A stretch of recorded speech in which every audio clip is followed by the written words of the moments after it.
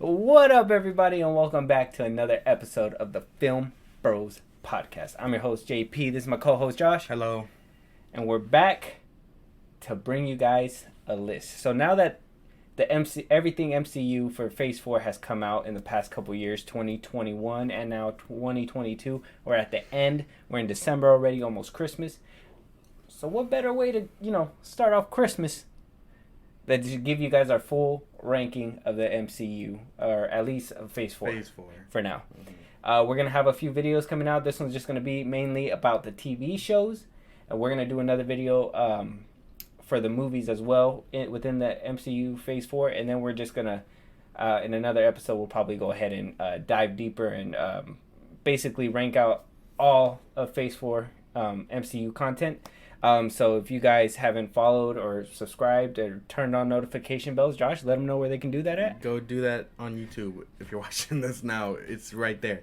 Yeah. Subscribe, drop a comment if you'd like. Our Twitter and TikTok will also be in the description at FilmBros Podcast. And if you're not here watching, then you must be on Spotify and Apple Podcasts, because that's where we are too, at FilmBros Podcast.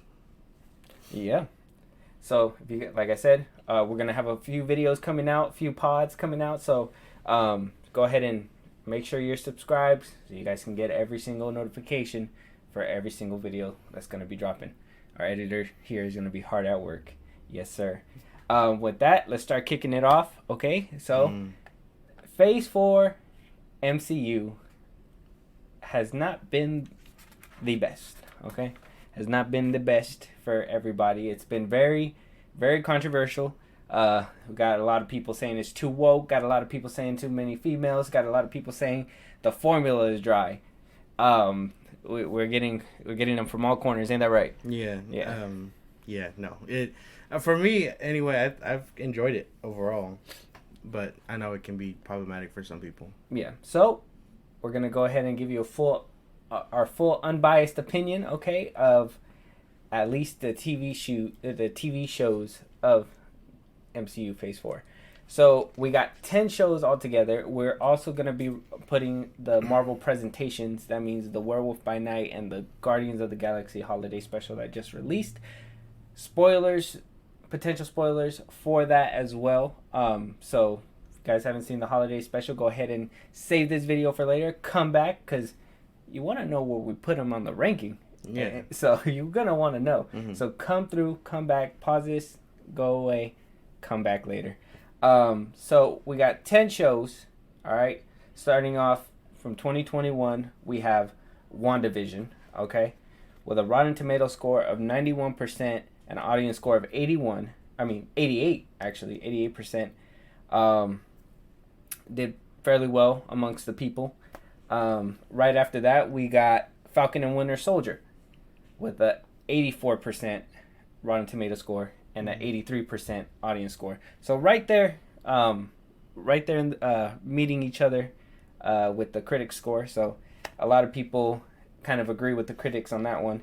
Next we had Loki with a Rotten Tomato score of 92 and an audience score of 90. So same thing. On the higher end with the 90s, about meeting the same criteria within each other. And then next we had What If, the first animated MCU show. Yeah. That one came in with a Rotten Tomato score of 94% and audience score of 93%. So same thing. It seems like it's very consistent. Marvel products. Hawkeye, Rotten Tomato score of 92% with an audience score of 89%. We also have Moon Knight with a Rotten Tomato score of 86% and an audience score of 89%. Miss Marvel, Rotten Tomato score 98%, audience score 80%. She-Hulk, Attorney at Law, Rotten Tomato score 85% and audience score 33%. So that one had a lot of disconnect, apparently. Yeah. That one probably rubbed a few people the wrong way. We have Werewolf by Night with a Rotten Tomato score of 90% and an audience score of 90%. So they're right there. Yeah. There's an understanding. And Guardians of the Galaxy Holiday Special, Rotten Tomato score, as of recording this video, is at 89%. And the audience score is at 85%. So, and we're kind of early. Where Guardians of the Galaxy, the holiday special, had barely just dropped, so those scores may fluctuate in the next coming weeks. We'll see about that one. But with that, we know all the MCU Phase 4 TV shows that came out. It was a lot of projects, so we're going to start diving right in, and we're going to go ahead and start giving our rankings and why we put them there for the MCU TV shows, okay? Yeah. So we're starting off with number 1, our top of the top. Or should we go from bottom to top? We should do bottom to top. Bottom to top? All right. We're going to start from 10 to 1. So our first, or our last pick. My last pick, coming in at number 10, has to be Miss Marvel for me. Now, I know what everybody's going to say.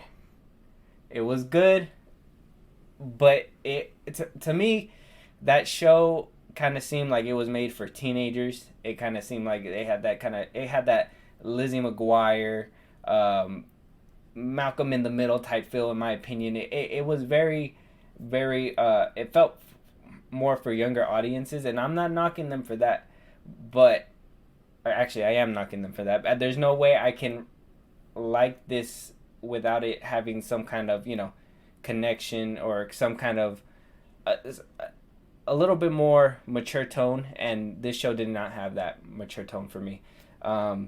It was very hard to watch it. I literally had to push myself to finish watching it just to make this video, just so I can say that I have an opinion and a ranking on it. Yeah. It did drop some cool references. I don't like that they changed her powers, and I don't like how that whole, it kind of seems Green Lantern, kind of like Green Lantern, her powers and all that. I know sometimes it works when they change powers or when they try to make it fit, because I know they did that with the Mandarin, and they, the MCU has been doing that, but this one, to me, it didn't work. And so, yeah, that's the reason why I had to put it at last place. I still give it a 4. I don't think it's a terrible show, but just wasn't for me. I mean, what did you think? Give me your 10th spot. Oh, well, my 10th spot is What If then. Like I've said this before, like the stories are solid. I had no problem with like any of them individually. I know some of them were kind of slow, like each of them brought what they needed to the table, but all for that overarching story of the Ultron thing. But I didn't enjoy that. I wish it was just an anthology series like it was and didn't have to connect to something bigger. And I know that's all about what MCU is about, and I know they brought in Evil Strange for Multiverse of Madness, but I don't know. I think it would just have worked better if they weren't trying to make a multiverse Guardians or whatever the fuck the team is called. Like, because like they're fun concepts, like Killmonger taking over Wakanda early or whatever, and then Evil Doctor Strange, another cool concept. The one I didn't really like too much was Party Thor. I couldn't stand that one, if I'm being for real. That one annoyed the fuck out of me. I don't know. That was just my last spot because of that. Just because it was trying to be something that I think it shouldn't have been. Oh, so it kind of I can tell Miss Marvel, What If. We're both walking into something that we weren't expecting. Yeah. So we kind of have an agreement right there. Mm-hmm. I don't agree with you on that What If spot, but we'll talk about that after the fact. Mm-hmm. We'll go and nitpick each other's lineup right afterwards. Okay. So at number 9, my number 9, She-Hulk Attorney at Law. Another show that I felt like it wasn't for me. It was funny. It did have humor. It at times, kind of had me like, what the fuck? Like, what what is the MCU coming to kind of thing? That whole Megan Thee Stallion. So I thought it was a fun moment. I'm not gonna say I hated it. I just didn't think that's where the MCU has gone to, because you've seen where it started with, Iron Man, the Incredible Hulk, all them. And to see an origin story and having something like that in there, to me it seems out of place. And so, She-Hulk to me wasn't, it just didn't reach. And I know that there were certain scenes that I liked, and having Daredevil there really helped, but at the same time I feel like they changed his character. They changed his character a lot when they put him on that show. It didn't seem like the same Daredevil, and I knew they were going to make changes, but it just seemed like they used them for comic relief. I did enjoy that walk of shame scene in that show, and I kind of felt like it's something that he would have done, but at the same time, it just, I don't know, just seemed kind of out of place. But with that, my rank is going to be at number 9, and I got to give it a 5, a steady 5. Oh, okay, yeah. My number 9 slot is Miss Marvel. Not like, if I could, I'd place it right with What If. Like, it's not for, it wasn't for me either. I'm not a teenage girl, whatever. I'm not what this demographic was looking for. But I mean, I had some fun watching it. Like, it was cool. No real big complaints. I know a lot of it was cheesy and corny and stuff, but a lot of that is also MCU based, I guess. Mm-hmm. So I don't know. No real big complaints. I'd give it around like a 5. No big complaints. Yeah. Yeah, like a 5 as well. Yeah. Oh yeah. So I mean, it seems like we're in the same spot, kind of. Yeah. Kind of a little bit. I mean, yeah. A little bit differences here. Mm-hmm. I still gotta. We're still gonna discuss that What If at the end. I ain't forgetting about that one. Okay. For my 8th slot, coming in at number 8. Number 8 has to be Hawkeye. Okay. I liked Hawkeye. It was a good show. Very mid for me though. That formula where they they go through episodes, it's a mystery, and then at the end there's a big fight and then it ends. I feel like a lot of the MCU shows were plagued with that, and I kind of felt like Hawkeye kind of fell victim to that formula. Yeah. And same thing, they brought a character back in this one. They brought the Kingpin back. Though I liked his different portrayal, it just didn't feel like the Wilson Fisk that we loved on the Netflix show. And I know you can't really compare the two, and it got to go by its own merits, and this is why I'm putting it at its own merits.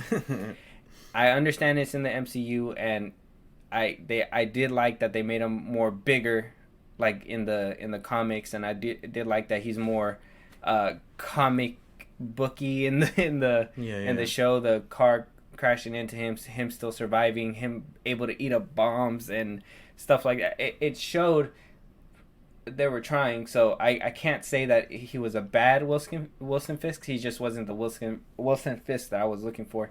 But I did like how they basically made him feel like he's part of the MCU. Like, he doesn't feel like he's out from somewhere else. It feels like he's, he was there this whole time. Yeah. And so with that one, I have to give it, and it really sucks because this one and She-Hulk kind of went hand in hand in my brain, but I got to give it a 5. I feel like it's the same as She-Hulk. It had some good stuff in there. I like how they added the girl from Black Widow, Florence Pugh, Yelena. Don't like. I like how they wrapped it up, but I kind of felt like they just kind of threw her in there because they were like, "Hey, forgot that we were supposed to throw." Revenge was supposed to happen. So, yeah, with that, I had to give it a 5. And Hawkeye's my number 8. What about your number 8? My number 8 is She-Hulk. She-Hulk. Okay. Like, I mean, I enjoyed this one a little bit better than the other two. The comedy, I liked the comedy. It was really funny to me. Again, I know it's not for me. I'm not a woman or whatever, or a lawyer.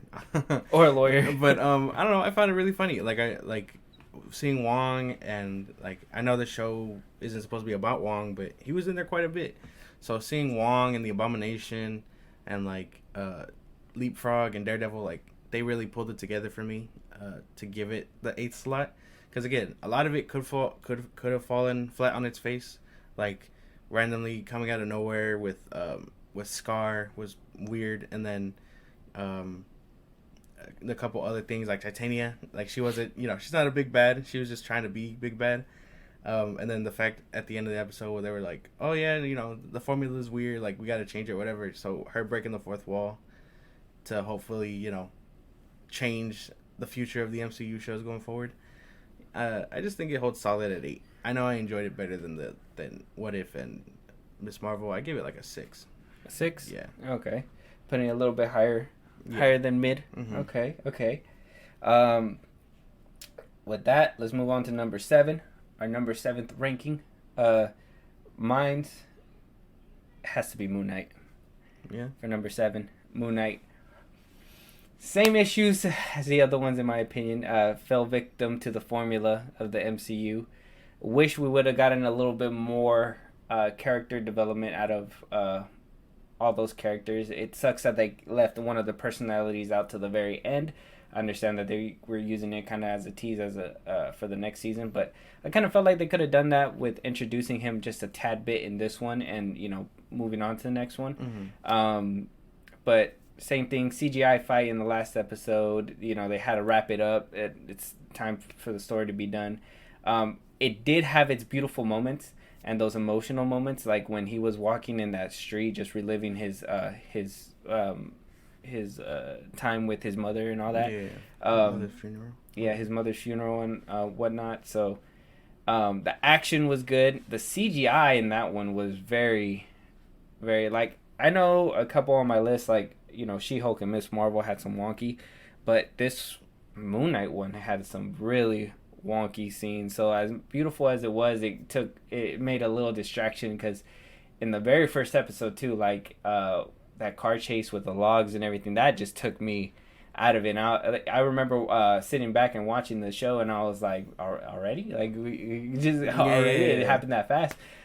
So with that one, I got to give it like a 6.5. It was good when it was good, but it fell victim to that formula, and it could have been better. I would have put it higher on the charts, but I just wish the suit was more real as well. That's something that kind of hurt as well. But a 6.5 for me. Moon Knight at number 7. Where's your number 7 at? My number 7 is Hawkeye. Okay. This one I enjoyed a lot too. I enjoyed this one a little bit better than She-Hulk. I feel like again, I just feel like they could have shared the same slot, but because of Kay Bishop, I liked Haley Steinfeld a lot better than I think I enjoyed She-Hulk and like Wong and all them. So seeing her was cool, and then the Yelena plot, seeing her was cool. I really liked their chemistry. They were really funny together.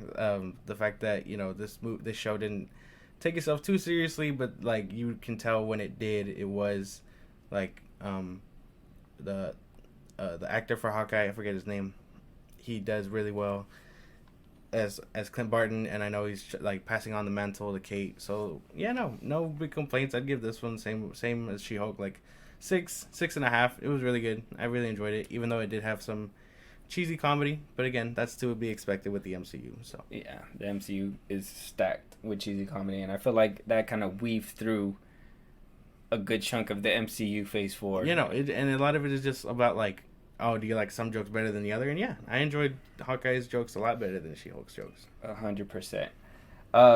So with that, we're moving on to our number 6 pick. Okay, our number 6th pick is, at least for me, gotta give it a Falcon and Winter Soldier. Really? Yeah. Wow. As number 6. I love the show. It was solid. Same thing. This one, I felt like it kind of suffered from a couple things. I know that it went through a bunch of reshoots and a lot of editing, and I know that due to the pandemic, they had to change a couple of the plot points. It was confirmed by the producer himself. I believe it was Nate Moore. Mm-hmm. And you can tell in the show that the show does take a beating for that reason. And they kind of used a recycled character that they, in my opinion, they could have saved for a movie and probably put her on a bigger scale, but they kind of just wasted the potential with the whole super serum, the superhuman serum, and all that. Like, I could have felt like they could have done a little bit more with this show. I did love the emotional scenes, and then Sam Wilson having to overcome those obstacles to become Captain America. And when the show's action was really great, but like I said, very sluggish. And then I hated that they were setting up this big secret, and we knew all along. They were like, who's the unknown person? It's that one chick. What's her name? The blonde girl. Agent 13? It's Agent 13. We knew it was Agent 13 since episode 5, but they were really stringing this thing along. But like I said, action was good. That scene where, he loses control and kills that one dude in the street, and you should see the blood on the shield. I thought that shot was fucking great. I thought it was gonna dip a little further into that whole losing control side, and they did a little bit. Wish they would have went a little bit further with it, but I like where they kind of stopped because it worked for the plot. But like I said, it could have been a little bit better, but overall, I had to give it a 7. I got to give it a 7. Yeah. For my 6th slot. My 6th slot is Moon Knight. I enjoyed this one mainly for the action, and I do like Moon Knight as a character. A lot of it was really good. The villain does a really great performance. Same with what is it? The dude that plays Mark Spector. I'm sorry, I'm blanking on actors' names, but they did really well. I really liked the way they went with it. I know they changed things from the comics. Steven and Mark being their own thing, and then the fact that they held on to Jake Lockley at the last minute was kind of weird to me. But I don't know, no real big complaints other than the fact that the CGI was weird, and I wish they didn't do that whole blanking out thing where they were like, oh, we're in a dire situation, and then they flash, he goes through his little persona change, and then all of a sudden he's okay again. Like, I know in the comics default is that Jake Lockley is the one that gets them out of those tough situations. Yeah. But they don't really say that, so it's more of like, who's getting them out of that situation? You know what I mean? Yeah. But no real big complaints other than that, and the CGI. I really like those 2 episodes where he dies, and then he's like going through his psyche, like you said. I like the episode with the hippo and things like that. I just wish they would have kept to that, honestly. The whole going through his broken psyche and like trying to piece it together. Yeah. I did like Khonshu, even though he did look kind of wonky with the CGI. No big complaints. I give this one probably like a 7, just because I did enjoy it that much, and I think it's a little better than the rest of them. Okay. With that, we're already gonna be going to top 5. Top 5. Before we get there, kind of wanted to touch up on a few of them that we put down on our list. Moon Knight, like you were saying, I would have. The reason why I had to put it one lower than you was because of that reason as well. I would have liked for him to go through that journey through his psyche, try to split up the personalities to kind of make them work together, than having a generic villain and having to deal with that in the real world. It would have been cool to have somebody like that, or maybe put a villain that challenges his mind like that. I know that's what they were trying to do, but I couldn't get on board with that. And it kind of that's why I kind of had to put it back. But we're on the halfway mark. Is there any on my listing so far that kind of stands out to you that you are like, why'd you put it so far back? Not really, other than Falcon and Winter Soldier. Falcon and Winter Soldier? Yeah. Now, as a tease, is that in one of your top 5? Yeah. Okay. So, with Falcon and Winter Soldier, as you can tell, it kind of, that one's on my 6th. And it kind of battled with my 5th slot, which I hopefully you understand when I reveal it. Okay. But yeah, and the what if, I don't know if I agree with you with that one. Putting it all the way in the back there, last place. I feel like even though it was an anthology series, I kind of feel they could have. It wasn't just an anthology series. It started off as an anthology series, and then it kind of people were putting together that eventually they're all gonna group up and be at the end, and I kind of enjoyed that. To me, it was kind of like a callback of like how they did with the first Avenger movie. Like, you know, they gave everybody their own solo outing, and then eventually brought them all together to fight one big evil. And I kind of enjoyed it. The animation style was pretty good as well. I mean, yeah, I just don't understand where your mentality's at to put that one at the very back, man. That's just it though, because like again, if it would have worked if it was just that an anthology series. Like I would have had no problem putting it above the rest. Maybe even give it a top 5 slot. But a lot of their stories to me were just basic changes, and again, I just didn't enjoy that they were coming together to stop Vision Ultron, who could shatter the cosmos. You know what I mean? That doesn't sound too appealing to me. Like okay, give Vision just because Vision is this higher power now that he conquered his own universe. You're telling me with the Infinity Stones he gets a higher calling and becomes almost omnipotent? Like, that doesn't sound like it would make any sense to me. You know what I mean? Thanos had the stones and he got stopped. You know what I mean? Like, and I'm not saying that slicing him in half was dumb, because again, I completely agree that that's what Vision would have done if under Ultron's control or whatever. But it's the fact that in our own universe we say that the stones don't work, but in What If, the stones work in other people's universes. You know what I mean? Yeah, there was a little continuity error on that one as well. Like, it's just a little weird. And then again, I liked less than I enjoyed, if that makes sense. Like, I didn't like the Party Thor one. I barely liked the one with Killmonger. Like, and I'm not too big of a fan of Captain Carter. But that Doctor Strange one was the Doctor Strange one, yeah, solid. Same with Black T'Challa as Star-Lord. Like, those two were like probably my favorite ones, and the one with Ultron where we see his origin and stuff. But other than that, like, a lot of them were just kind of like just so they could make this whole event, the Guardians of the Multiverse, whatever the fuck it's called, their team, and then they cut an episode. Did you know that? No, I didn't. They cut out the scene in the last episode where we see Gamora and Tony or whatever. That was supposed to be an episode, but they cut that one away to be in the second season. I'm being for real. Oh, really? Yeah. Oh, okay. So, like, that was kind of weird to me. I was kind of like, oh, why'd they bring this person in, but we didn't even, see where they came from. One thing I have to say about the What If is that they really did Tony Stark dirty in that one. Killed him in every single one. They really, like, did not care for this man in that series at all whatsoever. But I mean, I can see your point of view. Can't share it because we, At least you see where I'm coming from. That's all that matters. Yeah, I see where you're coming from, and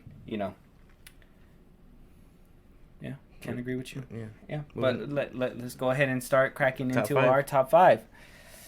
All right, since I started first with my 10th one, I want you to start first on your top 5. Now, with this one, now that we're on the top 5, there's more of a discourse. So let's go ahead and jump into that one, because this is where, the ones in the back, we already knew they were going to not be. I mean, we basically had the similar setup, maybe a couple out of place, but top 5 is where the discourse is going to come in. So let's hear your number 5 pick. Okay, this was going to shock you a bit. Okay, let's go. My 5th slot is actually the Guardians Christmas special. Wow. Because I don't enjoy the 2 movies. I don't. But this one felt really, like, I don't know, felt a lot better than the previous shows by, like, a little bit, if that makes sense. Like, I'm glad it was more of, like, a comedy, and it wasn't like an action movie with comedy jokes, if that makes sense. Like, yeah, you had, spoilers again, but you had, like, minor action scenes, like, where Gamora, not Gamora, but Mantis and Drax, like, they're trying to get Kevin Bacon, and they throw the cards and stuff, and then the scene where on the strip. I just like the fact that that you got that little Christmas, like, spirit with the comedy, and it wasn't like how the Guardians movies usually are. Yeah. Where, like, oh, it's action, we're serious, and then boom, cheesy joke. It felt like, oh, joke on top of joke on top of joke, which I think works a lot better in this special than it does in those movies. I just think this deserves the top slot. the top 5th slot, if that makes sense. But my next 4 are definitely deserve to be ahead of it. But as for 5th slot, I feel this is pretty good on top of the others. I give him maybe like a 7 also. A 7? Okay. For my 5th slot, I'm agreeing with you. I gotta agree with you. It has to be the Guardians of the Galaxy, the holiday special. That's mine as well. I do not agree with you with the score that you gave it. I'm gonna give it a little bit higher. I'm gonna say it's an 8. Like how you said, in my opinion, it had everything. You know, it had the comedy, it had the little bit of action that was in there. CGI was a little bit wonky, as you can tell in, you know, MCU shows, but they did a little bit better job with this one. It kind of seemed like James Gunn was aiming for that movie feel that, you know, Kevin Feige was saying that the TV shows were supposed to have. And even though most of the TV shows did have it, it didn't feel like this special. Yeah. You know what I mean? Same thing with a couple of with the other special, the Werewolf by Night. That one felt more like a movie as well. You know, kind of jumping the gun with that one. But Guardians of the Galaxy was a great addition, and it kind of, I like the little holiday spirit that came with it. I like the little musical numbers that were happening in there. James Gunn has a way of weaving music into his movies, and I love music, so the fact that he's able to put that in there, Kevin Bacon being in there was hilarious. I don't like how they butchered Drax within the MCU because he's supposed to be more you know, a destroyer. But, you know, him as the comic relief is always funny to me because he just says some off the wall shit sometimes. But I have to agree with you. Got to give it the 5th slot, and I just got to give it a point higher than you. It got to be an 8 for me. It was really well made. Yeah, no, it was good. The only thing I can really say that I thought was weird was seeing Groot. He looked weird. Yeah, he did. He stocky and for no reason it felt weird. Yeah, he's more. And I was reading a couple of the interviews that were happening, and he was saying that this one's gonna be different than the other Groot that was in the first Guardians of the Galaxy. This one's more happy and excited and more hyper and stuff. No, so that's weird. It's gonna be interesting to see how when he gets older and how he's gonna look in Guardians of the Galaxy 3. You know, because they said that this one's supposed to jump straight into that one. But with that, moving on to number 4. What is your number 4 pick for the MCU? My number 4 is Werewolf by Night. Okay. This one, I like this one so much, and I know the 4th slot isn't very, you know, showing of that. But I tell you, I really enjoyed this one. I like the fact that, you know, it was. The story went its own way, that they introduced the Werewolf by Night and Man Thing, and the little Easter eggs that they were hiding where it kind of looked like they were fighting in like a TVA type place, and you know, the little secret amulet storyline is fine. I did like the action, the blood and stuff, which I'm pretty sure if they would have pushed it for rated R, it would have been fine. But the fact that it got that gory in a PG-13 was probably for the fact that it wasn't black and white. You know, like it's different. It's different. It's just chocolate. Yeah, and the only thing that I can really say stopped it from going maybe further was that it wasn't black and white. Like, I would have loved to seen all that in color. You know what I mean? So no big complaints on it really, other than the color thing. So 4th slot feels perfect because I do have I do have the next 3 shows that above it, but I don't feel that it's lessened because I gave it the 4th slot. Okay. I give it. Oh, sorry. My rating for it is an 8. I give it an 8. An 8? Yeah. Okay. Can't disagree with you. I mean, I wouldn't put it on the 4th slot. Like I said, I feel like those presentations had a little bit more quality, but I can see where you're coming from. Yeah. I think you're looking at a brick wall, but I see where you're coming from. But for my number 4 slot, it has to be What If. Has to be. And the reason why I'm giving it that is because I enjoy the fact that we got different episodes with some of our characters. Yeah, Iron Man bit the dust a lot, but you know, we were able to relive, you know, moments with those characters and, you know, see how things turn differently at certain points in the MCU. If, you know, what, like how the show is, what if and what we could have gotten. like you said, I didn't like the Party Thor one. There was a couple that kind of were not that great for me, but I like how they basically did what I was telling you. They basically, started off one by one and then went to that ensemble. Yes, there was some continuity errors, but with with that show, I was just assuming it's its own separate piece and it's just gonna, play by its own rules. I did like how he turned into this fucking universe eating maniac, and the action scenes were good. The animation was great for me in that show. So with that one, I got to give it an 8. I know I put it way higher on my list than what you did. Yeah. So go ahead and give it to me. What do you think? Well, man, like it's just everything that we just talked about. Like I couldn't. The animation is fine. I don't have a problem with the animation. If they decide to change it, that's up to them. But I don't have. It gave it like a real like almost comic book-y like type feel to it. So no complaints with the animation. But again, I just can't. I just disliked more than I liked, and a lot of the concepts were just very like not too outlandish. You know what I mean? Yeah. Like the zombies one, sure. The one where Hank Pym is the Yellow Jacket. That's weird. I think. I honestly I really liked that episode. I like how he just like slaughtered the whole MCU, and then I liked in that one how they were able to connect the Incredible Hulk within the MCU. Yeah. Changed Edward Norton and everything. Yeah. Just slid in Mark Ruffalo. Like, we weren't going to notice. But we noticed. Did. Yes, we did. But, I don't know. I just hope maybe the second season can bump this one up for me. But for right now, it's going to stay 10th slot because of the problems I have with it. Hopefully, second season, they go a bit further with their little what ifs. Like what if the other half survived the snap? Or, like, what if Quicksilver lived in Age of Ultron? Fuck you, Joss Whedon. Whatever. I just hope they go a little bit further and crazier with their little ideas instead of doing basic changes. You know what I mean? Yeah, I get that, and I can see your POV on that one. I like the direction they went. I did like that they not only took those characters, but were able to put a couple of them in the movie, Multiverse of Madness and all that. Yeah. So, I feel like this show shined the best when it had connectivity within the MCU, or not just this show, but the shows in general, when they had a lot of connectivity within, and not just throw them in there because they were just in this movie, but actual like some kind of connective tissue. That one is gonna move me to my next one, slot 3. What's your slot 3 first? My slot 3 is WandaVision.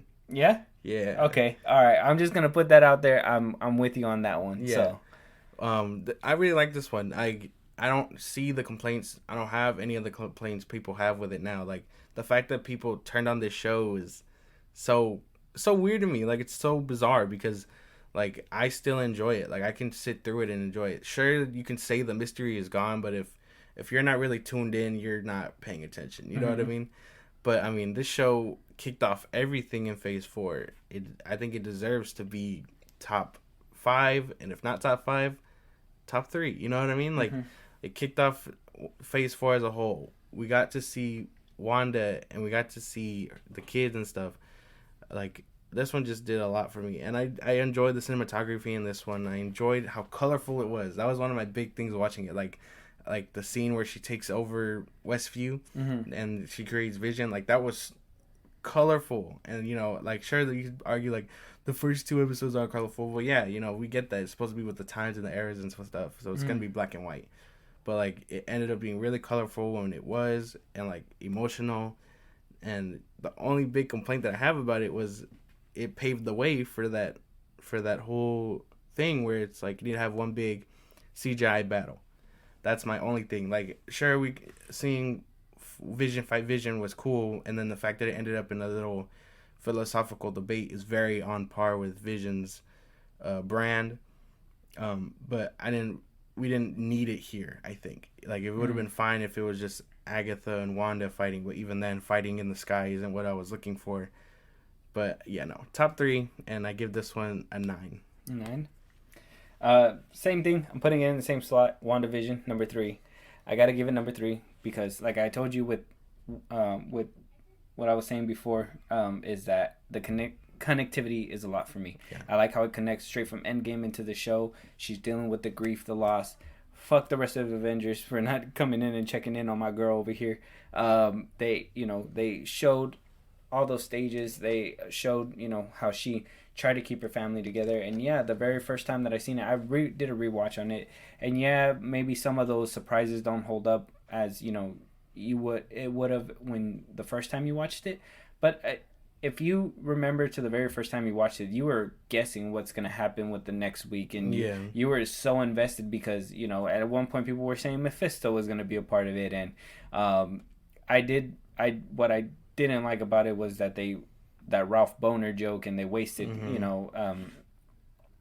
what's his name? Peter, right? Something Evans. I don't remember. Peter Evans. Yeah. Something Evans. I just said Peter. Oh, I don't know. Peter Evans. I don't like how they wasted him in that one, and and it did pave the way for those, CGI fights at the end of every single episode. I know at one point Doctor Strange was supposed to pop up in this show, and I felt like that would have helped pick up the rating because the connectivity for Multiverse of Madness and everything. But I like where it went, and I like how you said that philosophical debate at the end. The CGI fight kind of brought it down a little bit for me. But right afterwards, they had that emotional ending where she put her kids to bed, and it didn't just end with that typical fight, and then we're gonna continue with what's going on next and how we're gonna build up to the next thing. They actually resolved her trauma within the show, and that moment just made me tear up inside, and it was a beautiful moment. This one I have to give it an 8.5. Damn near perfect. CGI was a little wonky like all the rest of the MCU shows. I was able to get past it just a little bit. Wanda was a menace in the show. Vision was great. He was a good side character, and I really love their love together, even though he's an android. But yeah, 8.5. WandaVision got to, we're in sync kind of, you know what I mean? So we're pretty much good. This show just deserves everything. And like, it also set up Agatha and all that. So like if you're into that show, listen, but I'm saying for the people that are, you have to say thanks is what I'm trying to get to. Who is? Anyone that cares for it. Not for the show, but for the for nobody asked for Agatha. Let's just keep the book. And Photon, like what's her name? We're getting to see her again too. Monica Rambeau. Yeah, Monica. Mm-hmm. She's gonna come out of Miss Marvel. Exactly. The next one. So, seeing her character and her origin, how she got those powers is it's pretty cool to me too. Mm-hmm. So this show just set up a lot, I think. Yeah, it did. It set up a lot, resolved a lot of issues, and really paid. That's why I felt like it was kind of perfect to really pave the way for the future, but also, fell victim of the trope, which it was the trendsetter. So I gotta say it was the trendsetter for this one. But yeah, with that, we're gonna move on to slot 2. Yeah, what is your number 2 pick? My second slot is Loki. Okay, I'm just gonna put that out there. My second slot is Loki as well. Why is the second slot Loki for you? My second slot is Loki because like WandaVision, this one shares everything I liked about it. The story was great. Tom Hiddleston does his thing. The actress that plays Sylvie does her thing. And this show is just really good. Like this one is probably what they should strive to make every other show. You know what I mean? Like this one was just really good. No complaints, really. It set up Kang. It set up the multiverse. Whichever way you land on them kissing is your own thing. I personally don't have a problem with it. I know some people do, but I liked how this one had a little bit of mystery, and then seeing those episodes with the Lokis. And like President Loki getting his hand bit off by Loki, the Loki crocodile, whatever the hell that one was called. Mm-hmm. And that scene with the old Loki where he makes the giant ass Asgard to distract the dragon or whatever the hell it was. Yeah. This show just did really good setting up everything else as well. Mm-hmm. but just I feel a little better than what WandaVision did. Yeah. Story wise, and it didn't end with a big sci-fi battle. It ended with Sylvie killing Kang and setting off the multiverse and giving us Kang and Ant-Man and Quantumania. So yeah, and I agree. And you know what? I kind of feel like Loki did what WandaVision couldn't, and basically built up the formula that they had laid out and just made it a little bit better. That's exactly the best way I could put it. Is that they took Wanda, started off right at the end of Endgame, when Loki took the Time Stone, or middle of Endgame, whatever you want to call it. But then for him, took the Time Stone, went into his own timeline, got caught up by the TVA, went through his own struggles, found himself. Thought it was a little weird for him to be liking himself a little bit, but I guess it's on brand with his character because he loves himself. He's narcissistic. Went through it, got that big CGI battle at the end, with all the Lokis and building that Asgard. But then at the end we get that resolve and also that connectivity that we didn't just mess up our thing right here, we messed up the multiverse for everybody. Basically that's where it all started, and it was confirmed by Kevin Feige.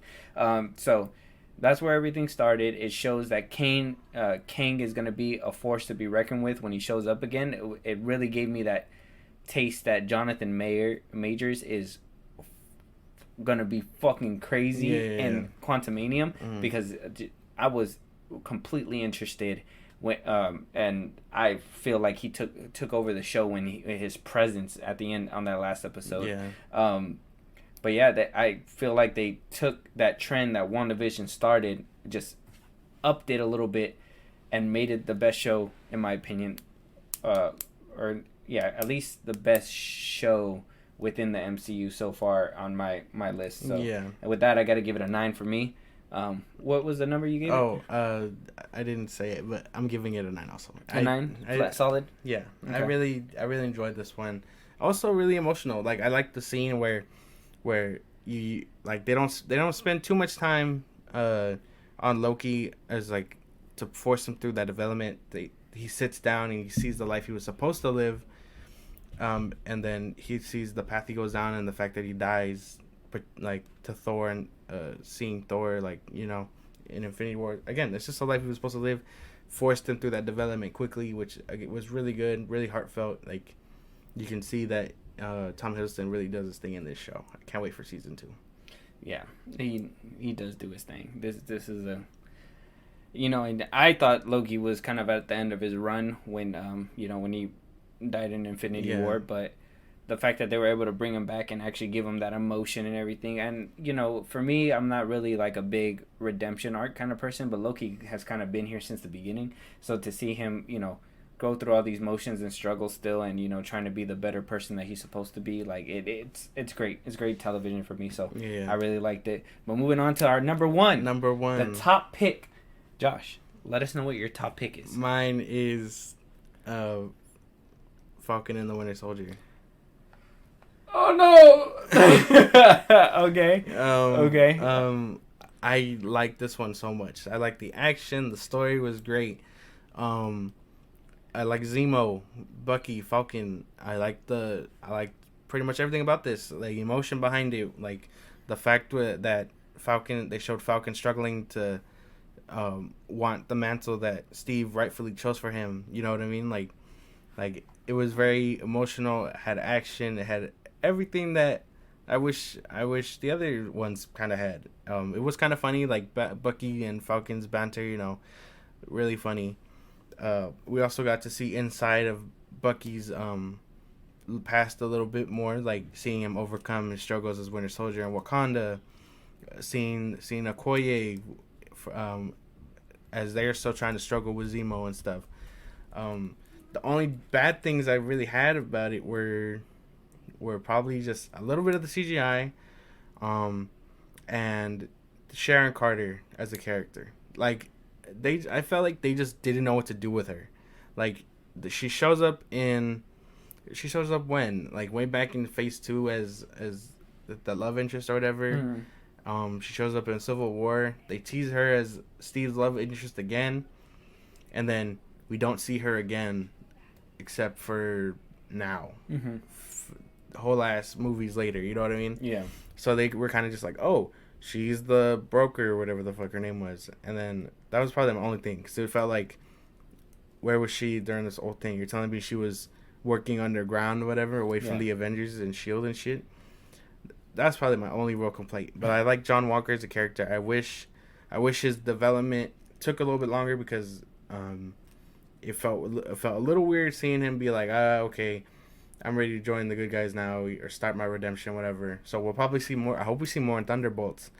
But I like them as a character. I liked Carly, was that her name? Mm-hmm. I liked her as a character, also her motivations. But yeah, this show just had everything for me, I think. Yeah, man, I can't agree. What was the number you give it? For this one, because I do have some issues with it. It isn't flawless. I'm not saying it's flawless. I'm giving it maybe like a 8.5. 8.5. What'd you give Loki? 8. An 8. So you're giving this one an 8.5? Yeah. Okay. And that's your number one? Yeah. Dang. So the MCU for you, that Phase 4 doesn't it go above an 8.5? Yeah, no. Man. Well, how do I say this? Easter egg, not even an Easter egg, just a little bit into our next one. Movies go past 8.5. Okay. I get that. My number one, cannot agree with you. We're on two separate sides of the spectrum, but for number one for me, I gotta give it to Werewolf by Night. Werewolf by Night. And I just recently watched this one. I was putting it off for the longest because of you, because of the black and white, and I am used to it because I used to love shows that were in black and white when I was younger. I used to watch like I Love Lucy.